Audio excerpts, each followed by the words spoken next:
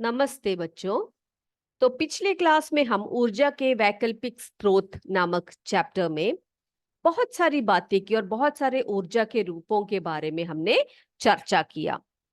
जैसे कि हमने सौर ऊर्जा के बारे में, पवन ऊर्जा के बारे में, जल ऊर्जा, समुद्री ज्वार भाटा से ऊर्जा, जैविक पदार्थ ऊर्जा के स्रोत, इन सब के बारे में हमने चर्चा किया। आज हम पढ़ेंगे नाभिकीय ऊर्जा या परमाणु ऊर्जा के बारे में। तो आपने पढ़ा होगा कि किसी परमाणु के द्रव्यमान उसके सघन नाभिक में होता है। तो परमाणु की जो द्रव्यमान है वो कहाँ होता है? उसके नाभिक में होता है। ये हम पिछले क्लास में या पिछले अध्यायों में पढ़ चुके हैं। उसके नाभिक में होता है क्या? परमाणु का द्रव्यमान।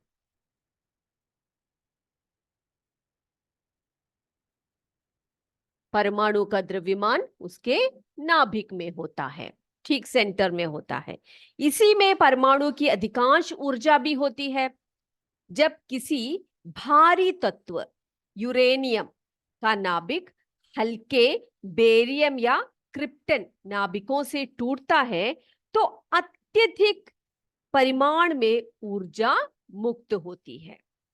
इस प्रक्रम को विघटन कहते हैं। तो विघटन क्या है बच्चों? विखंडन, विखंडन, ठीक है। विखंडन, तो विखंडन क्या है? जब किसी भारी तत्व, भारी तत्व, भारी तत्व जैसे यूरेनियम, जैसे यूरेनियम का जो नाभिक है, इसका नाभिक, यूरेनियम का नाभिक हल्के तत्व जैसे, हल्के तत्व जैसे बेरियम या बेरियम या क्रिप्टन तथा क्रिप्टन, बेरियम तथा क्रिप्टन नाभिकों में टूटता है। नाभिकों में टूटता है, नाभिकों में टूटता है तो अत्यधिक परिमाण में ऊर्जा मुक्त होती है। अत्यधिक परिमाण में ऊर्जा मुक्त होती है, मुक्त होती है। और इसी प्रकरण को, इसी क्रिया को या इसी प्रोसेस को हम विखंडन कहते हैं। बात क्लियर हो गई कि विखंडन क्या है? नाभिक के विखंडन से प्राप्त ऊर्जा को नाभिकीय ऊर्जा कहते हैं। अब बेटा, जब विखंडन के समय जो ऊर्जा प्राप्त होती है ना, उसी को हम क्या कहते हैं? उसी को हम नाभिकीय ऊर्जा कहते हैं। तो नाभिकीय ऊर्जा क्या है?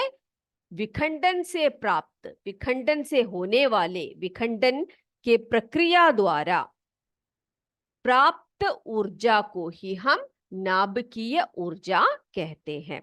यदि नाभिक के विखंडन की क्रिया को नियंत्रित न किया जाए तो यह क्रिया तेजी के साथ होती है।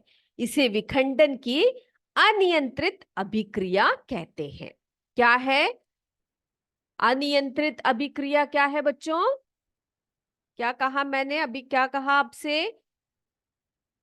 अनियंत्रित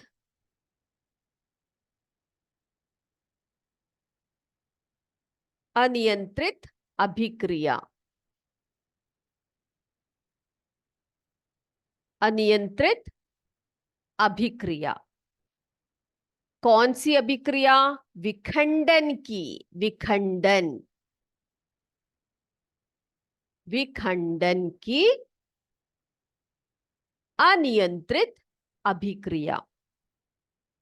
यदि नाभिक के विखंडन की क्रिया को नियंत्रित न किया जाए तो यह क्रिया तेजी के साथ होती है और इसी को हम विखंडन की अनियंत्रित अभिक्रिया कहते हैं। और इस प्रक्रम में अल्प समय में ही विशाल मात्रा में ऊर्जा मुक्त होती है, जिससे परमाणु बम जैसा विस्फोट करती है, जिसमें परमाणु बम जैसा विस्फोट करती है। और उपयोगी रूप में ऊर्जा उत्पादन के लिए नाभिकीय विखंडन की अभिक्रिया को नियंत्रित करना आवश्यक है।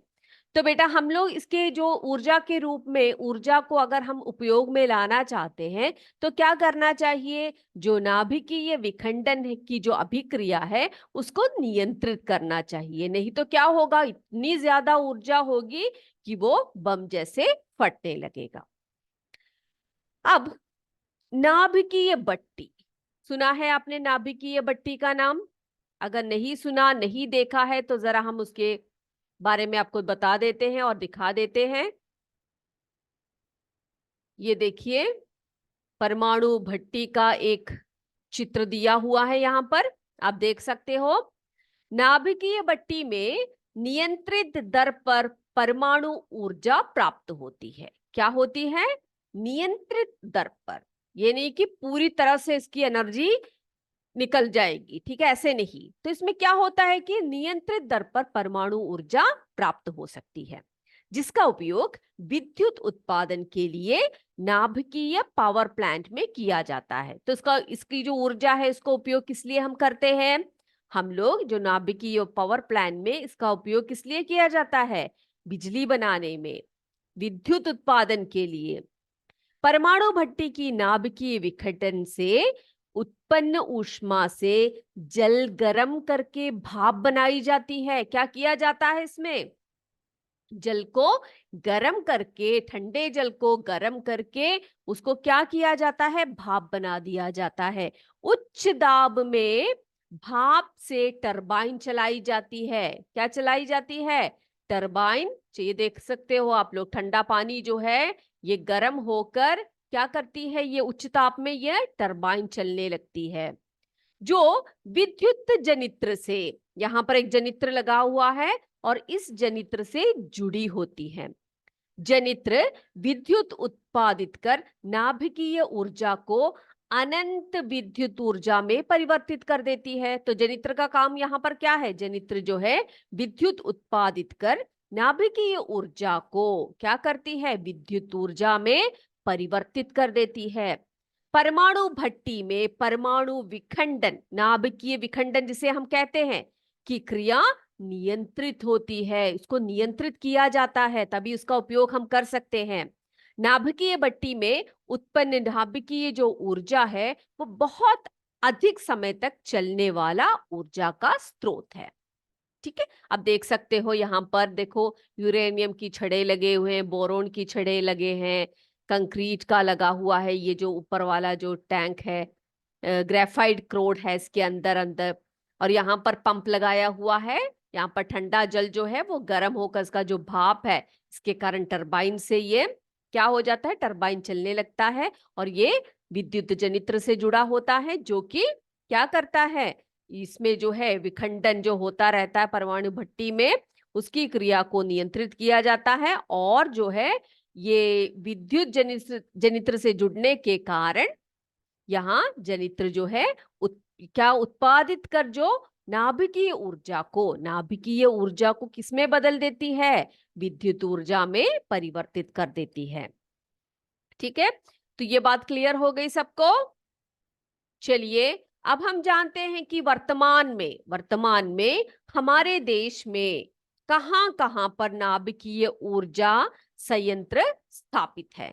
जरा देख लेते हैं, भारत में कहां कहां पर नाभिकीय ऊर्जा के संयंत्र स्थापित किए गए हैं। देखिए आप, कल्पकम, कल्पकम ये कहां पर है? कल्पकम, कल्पकम तमिलनाडु, तमिलनाडु, कल्पकम तमिलनाडु में। कूडानुकुलम, कहाँ? कूडानुकुलम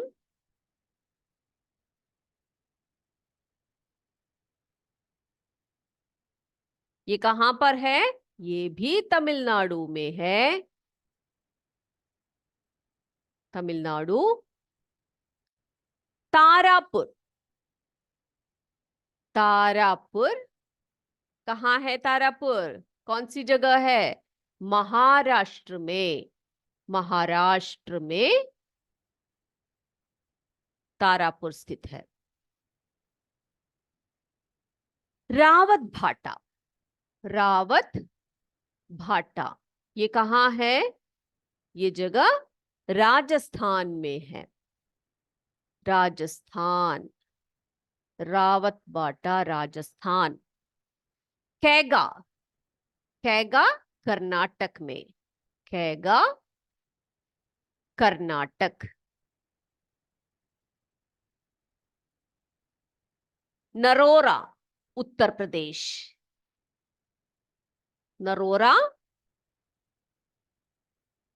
कहाँ है बेटा?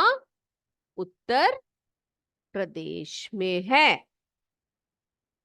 तो यहां पर ये जो अभी मैंने आपको स्थल बताए, यहां इन जगहों पर भारत में क्या है? हमारे देश में वर्तमान समय पर नाभिकीय ऊर्जा संयंत्र स्थापित हुए हैं।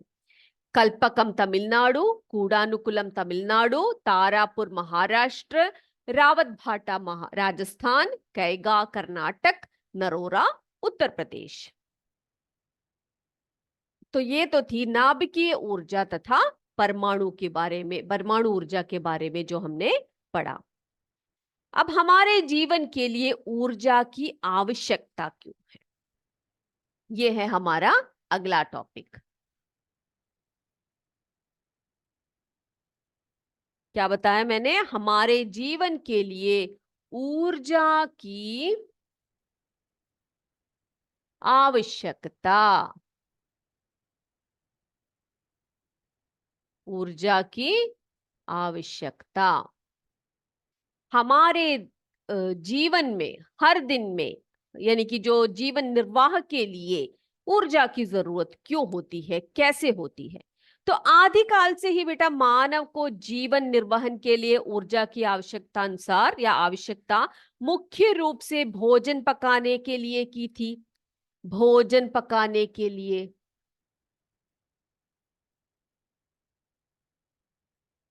भोजन पकाने के लिए मुख्य रूप से आदिकाल से ही मानव जीवन निर्वहन के लिए उन्हें भोजन चाहिए और भोजन को पकाने के लिए ऊर्जा का प्रयोग करते आ रहे हैं। उस समय ऊर्जा का प्रमुख स्रोत लकड़ी था, हमें पता है। लकड़ी हुआ करती थी पहले, बहुत आदिकाल से ही लकड़ी का प्रयोग किया जाता है ना? यस, लकड़ी का प्रयोग, मुख्य स्रोत लकड़ी थे। जैसे जैसे समय विकसित हुआ, ऊर्जा की मांग बढ़ती गई। विज्ञान तथा प्रौद्योगिकी के क्षेत्र में हुए अनुसंधानों के कारण जीवन को सुविधाजनक बनाने के लिए क्या किया गया? अनेक संसाधनों, उद्योगों, यातायात तथा मनोरंजन के लिए भी इन उपकरणों का प्रयोग करने लगे। अनेक उपकरणों का उपयोग करने लगे, है ना? तो पहले सिर्फ भोजन पकाने के लिए हुआ करता था, उसके बाद क्या हुआ? उसके बाद अनेक संसाधनों, संसाधनों, उद्योगों, यातायात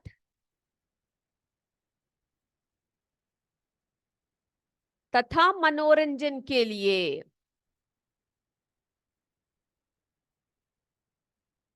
तथा मनोरंजन के लिए भी ऊर्जा का प्रयोग होने लगा। जनसंख्या की तेजी से वृद्धि के कारण खाद्य पदार्थ जैसे कि डबल रोटी, बिस्कुट, ठंडे पेय एवं आइसक्रीम आदि का उत्पन्न व्यावसायिक हो गया। तो इनको बनाने के लिए, डिब्बा बंद करने के लिए, संग्रह एवं वितरण करने के लिए ऊर्जा का प्रयोग होने लगा। दैनिक जीवन के क्रियाकलापों एवं आवश्यकताओं में भी निरंतर वृद्धि होने लगी, जिसके कारण प्रत्येक परिवार में संसाधनों की वृद्धि होने लग गई, है ना? संसाधनों के प्रयोग में ऊर्जा की आवश्यकता बहुत ज्यादा होती है। और तुम्हें पता है कि जनसंख्या की वृद्धि, जनसंख्या जनसंख्या वृद्धि और दैनिक, तो इनकी इससे क्या हुआ, जो दैनिक मांग है, दैनिक क्रियाकलाप है, उनमें भी वृद्धि हुई है ना, उनमें भी वृद्धि हुई। और इसके फलस्वरूप ऊर्जा की जो मांग है, ऊर्जा की जरूरत है, जो मांग है, ऊर्जा की मांग लगातार या निरंतर बढ़ती जा रही है, निरंतर बढ़ती जा रही है। अब ऊर्जा का संरक्षण कैसे करें हम, ऊर्जा को हम संरक्षित करने के तरीके क्या क्या हैं, तो उसके लिए हमें क्या क्या उपाय करने चाहिए, तो उसके बारे में अभी हम चर्चा करेंगे। तो हमें पता लग गया कि ऊर्जा की आवश्यकता हमें किस किस क्षेत्रों में पड़ती है, क्यों पड़ती है। अब हम पढ़ेंगे ऊर्जा का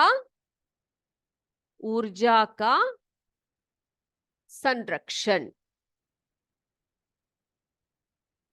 ऊर्जा का संरक्षण, कि ऊर्जा का संरक्षण हम कैसे करें, तो उसके लिए उपाय कौन कौन से अपनाए। तो उसके लिए बेटा सबसे पहला, ऊर्जा अपव्यय, ठीक है, अपव्यय नहीं करना चाहिए। क्या नहीं करना चाहिए, अपव्यय नहीं करना चाहिए, ठीक है। तो उसकी जो रोकथाम है, अपव्यय की रोकथाम और ऊर्जा बचत की उचित आदतों को हमें क्या करना चाहिए, का ज्ञान ऊर्जा बचत में सहायक होता है। जब आपको उसके बारे में ज्ञान ही नहीं है तो आप कुछ नहीं कर सकते। तो पहला पॉइंट क्या हुआ बेटा, ऊर्जा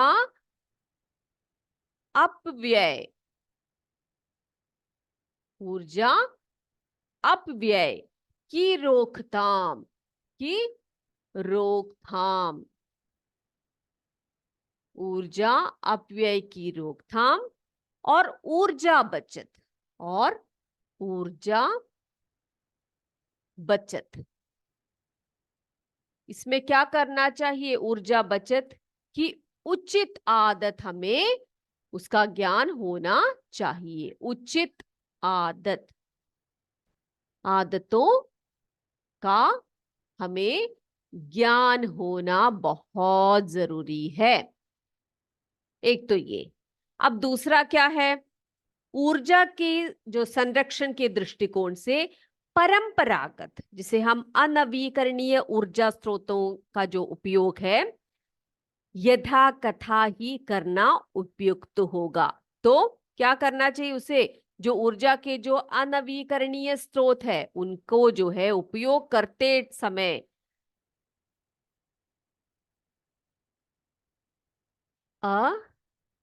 अनवीकरणीय, अनवीकरणीय ऊर्जा, अनवीकरणीय ऊर्जा को क्या करना चाहिए, उसको, उसका जो संरक्षण है, ठीक है, ऊर्जा संरक्षण के दृष्टिकोण से जो अनवीकरणीय ऊर्जा है, जिसे हम परंपरागत ऊर्जा के स्रोत कहते हैं, उन स्रोतों का उपयोग यथाकथा ही करना उपयुक्त होगा, यानी कि बहुत ध्यान से करना होगा। अगला है, घर में विद्युत उपकरण जैसे पंखे हैं, बल्ब है, हीटर आदि आवश्यक होने पर ही प्रयोग में लाए, आवश्यकता ना होने पर इनका उपयोग बंद करे। तो घर के विद्युत उपकरणों को, विद्युत उपकरणों को सही प्रकार से, सही तरीके से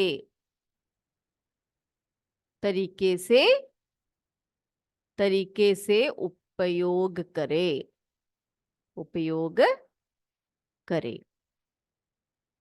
जब जरूरत हो तो चलाए, जब आपको जरूरत नहीं है तो उसको आप बंद कर सकते हैं। अगला है, जहां पर भी संभव हो भोजन पकाने के लिए, पकाने में, भोज्य पदार्थों को सुखाने में, पानी गर्म करने में सौर ऊर्जा का प्रयोग करें।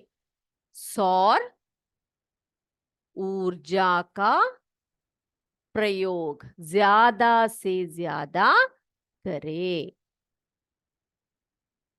प्रकाश जो है, सोलर कुकर से भोजन पकाने की आवश्यक तत्व भी सुरक्षित रहते हैं। यानी कि इससे क्या होगा बेटा, ये सौर ऊर्जा के प्रयोग से हम पानी गर्म कर सकते हैं, खाना पका सकते हैं सोलर कुकर की मदद से, है ना। तो क्या होगा, सौर ऊर्जा द्वारा जो हम खाना सब पकाते हैं, तो उससे क्या होगा बेटा, जो खाने की जो आवश्यक तत्व है वो उसी में सुरक्षित रहते हैं और अच्छा खाना भी बन जाता है। प्रकाश उत्पन्न करने के लिए, अगला है प्रकाश उत्पन्न करने के लिए ट्यूबलाइट, सोडियम वाष्प लैंप, मरकरी वाष्प लैंप का प्रयोग घरों में तथा सड़कों पर करना चाहिए। तो किस प्रकार के बिजली उपकरणों का या लाइटों का प्रयोग हमें करना चाहिए? Tubelight, tube light, tubelight, sodium वाष्प बल्ब, सोडियम वाष्प बल्ब, सोडियम वाष्प बल्ब, मरकरी बल्ब, इन सब का उपयोग करने से क्या होगा कि बिजली की बचत आप कर सकते हो। अब खाना पकाने में मिट्टी का तेल प्रयोग करते हैं कई लोग, तो उसको करते समय अच्छे किस्म के स्टोव का प्रयोग करें, नहीं तो क्या होगा, ज्यादा मिट्टी का तेल खर्चा हो जाएगा। ठीक है, तो कम से कम उपयोग करें, अच्छी क्वालिटी की चीजों का उपयोग करें। अब आसपास के स्थानों पर आने जाने वाले जो लोग हैं, पास में ही जा रहे हम लोग, ज्यादा दूर जाना नहीं है, तो क्या कर सकते हैं, पेट्रोल डीजल के वाहनों का प्रयोग ना करें। साइकिल यूज कर सकते हो आप लोग, पैदल चल सकते हो, भाई यहाँ से 5 मिनट का रास्ता ही है। ये जरूरी नहीं है कि आप बड़े बड़े कारों को लेकर जाए या बड़े बड़े मोटरसाइकिल या कुछ भी लेकर चले, जिसमें पेट्रोल और डीजल बहुत ज्यादा खर्चा होता है। तो आप क्या कर सकते हो, साइकिल का प्रयोग कर सकते हो, या फिर आप क्या कर सकते हो, पैदल जा सकते हो, कुछ भी। तो उससे क्या होगा, पेट्रोल डीजल की बचत होगी। अब व्यक्तिगत वाहनों के प्रयोग के स्थान पर रेलगाड़ी, बस जैसे सार्वजनिक वाहनों का उपयोग हमें ज्यादा से ज्यादा करना चाहिए। क्या करना चाहिए, व्यक्तिगत वाहन है, अब एक घर से 5 लोग निकल रहे हैं और वो पांचों लोग अपने अपनी कारों में निकल रहे हैं, इससे तो अच्छा है भाई कि तुम सभी कम पैसों में ही, इतनी ज्यादा डीजल और पेट्रोल की जरूरत नहीं है और प्रदूषण करने की जरूरत नहीं है। आप क्या कर सकते हो, एक सार्वजनिक वाहन, बस में या रेलगाड़ी में ऐसे आप यात्रा कर सकते हो, आराम से यात्रा कर सकते हो और ईंधन की भी बचत कर सकते हो। तो ये सब बातें हैं हमारी ऊर्जा के वैकल्पिक स्रोत नामक चैप्टर में, बहुत अच्छी अच्छी बातें हैं जिसमें कि हमें ऊर्जा के बहुत तरीके बताए रखे हैं, कौन कौन से प्रकार हैं ऊर्जा के, नवीकरणीय स्रोत कौन से हैं, अनवीकरणीय स्रोत कौन से हैं, ऊर्जा के जो स्रोत हैं वो उनका उपयोग हम कैसे कर सकते हैं, नवीकरणीय ऊर्जा के स्रोतों का हम कैसे कैसे प्रयोग कर सकते हैं, हमारे जीवन में ऊर्जा की क्या आवश्यकता है, और ऊर्जा संरक्षण के कुछ उपायों के बारे में भी हमने आज चर्चा किया। तो इसी सब बातों को ध्यान में रखेंगे आप, इन्हीं सब बातों को ध्यान में रखते हुए ऊर्जा की बचत करेंगे, ईंधन का की बचत करेंगे और हमारी भूमि को बहुत ही सुंदर, बहुत ही प्यारा बनाएंगे, स्वच्छ नवीकरणीय ऊर्जा के स्रोतों का प्रयोग करते हुए। तो इसी के साथ आज की कक्षा यही समाप्त करते हैं। जय विद्या शक्ति, जय हिंद, जय भारत, धन्यवाद।